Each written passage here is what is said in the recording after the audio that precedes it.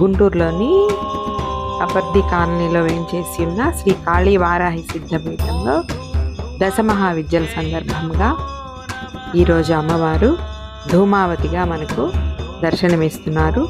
ఈ ధూమావతి దేవి మన కష్టాలను, రోగాలను చేటతో చెరిగివేసి మనల్ని చల్లగా కాపాడుతుంది. అందరూ అమ్మవారిని దర్శించండి.